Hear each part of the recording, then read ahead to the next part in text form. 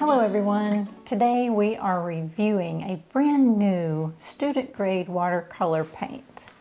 This one is called Hitoto. This is by MeiLang, which is a sub-brand of Paul Rubens.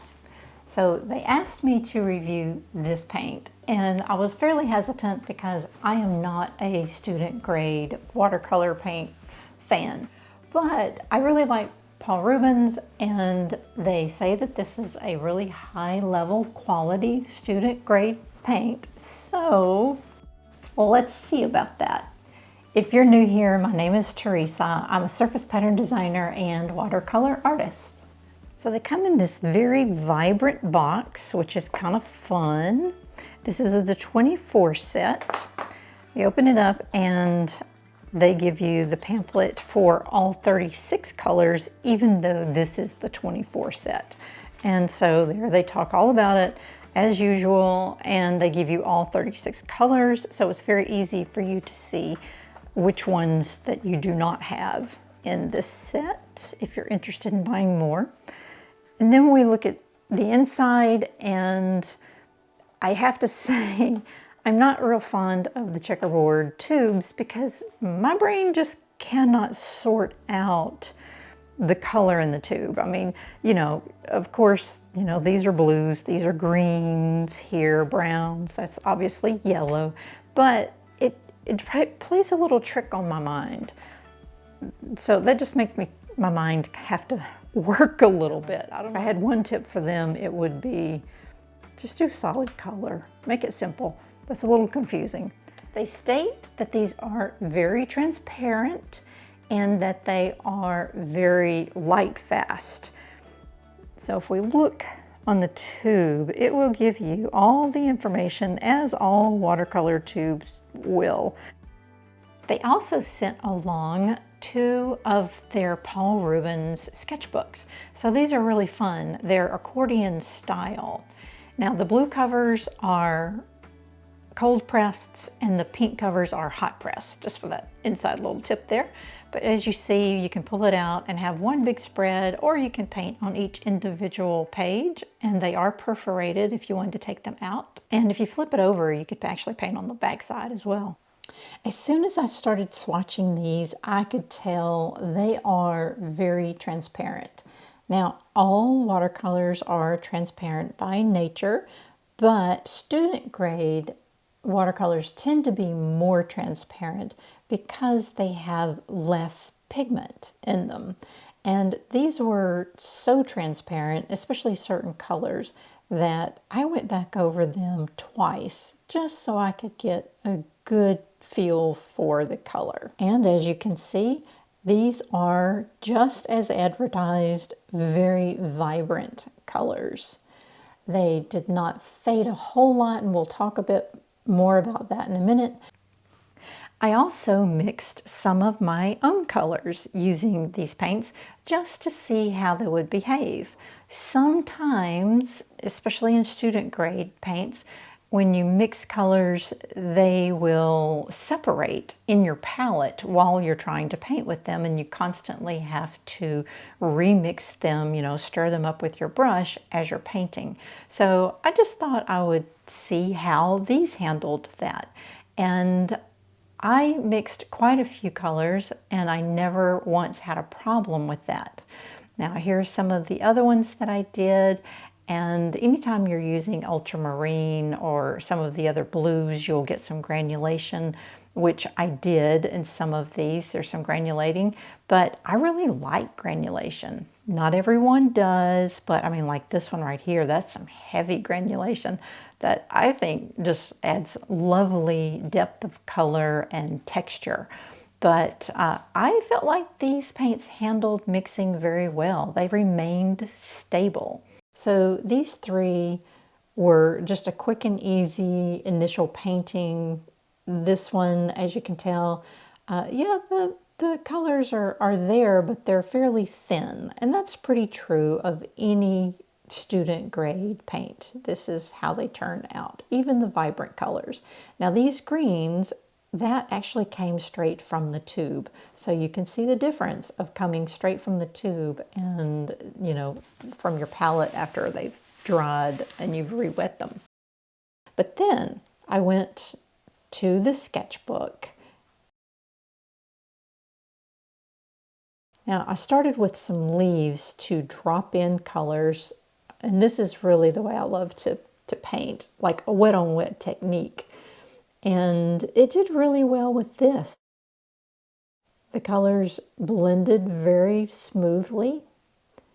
I didn't really have any problems with hard lines or anything like that. Here's an example of the fading. So on the left is wet paint, and on the right is after it's dry. So you can see there is some fading, but really not too bad. Then I started painting some florals, and I could tell immediately this was just awful. I was really struggling with it. The camera goes in and out of focus a lot, so I'll come back to that one and show you.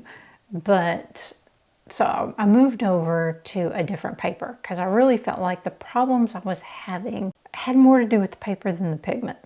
And I think that's very true. As I'm painting here on the other paper, I can already tell the colors are more vibrant, they're blending better, just everything feels much better about this paper. So this is how this one ended, and so let's just compare it to the first time I did it on the hot pressed paper, and you will see what a dramatic difference.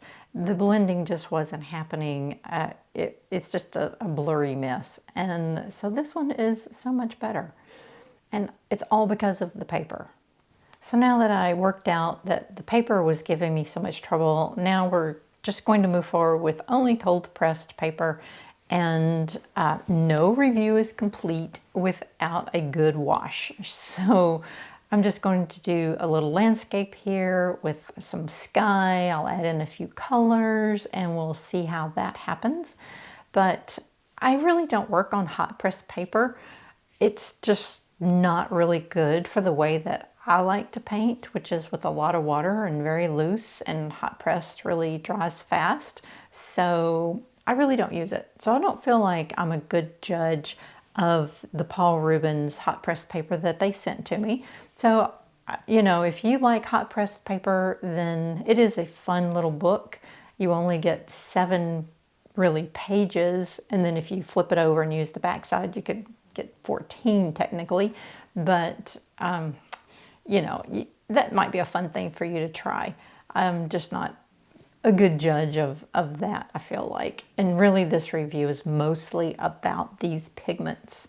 So I'm dropping in a little magenta here just to give a little hint of some color in the sky.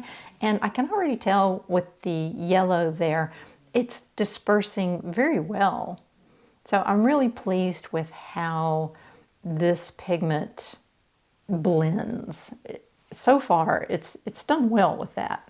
And of course, we have to do the lift test to see how well we can manipulate it in that way, and this is working very well.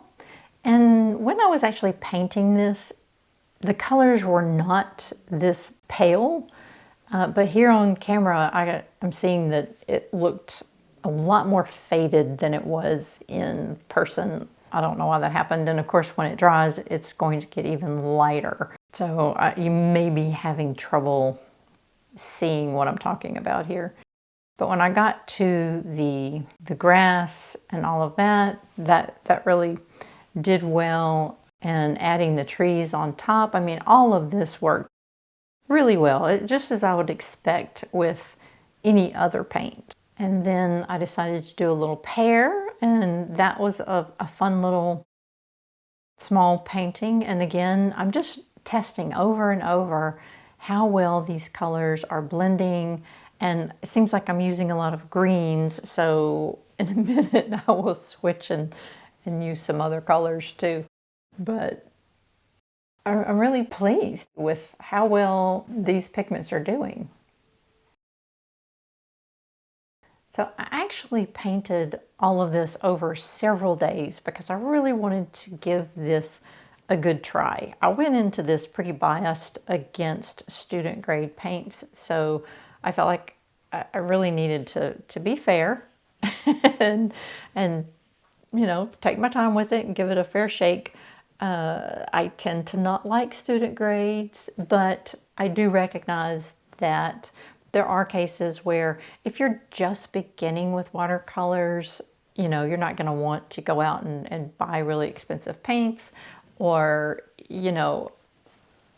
there are a ton of reasons why you would not want to go out and buy expensive paints, and I get that. But, I think it's important to get the best quality that you can, and student grade paints historically can actually cause you issues. If you don't use quality items, then you're not going to get a good result.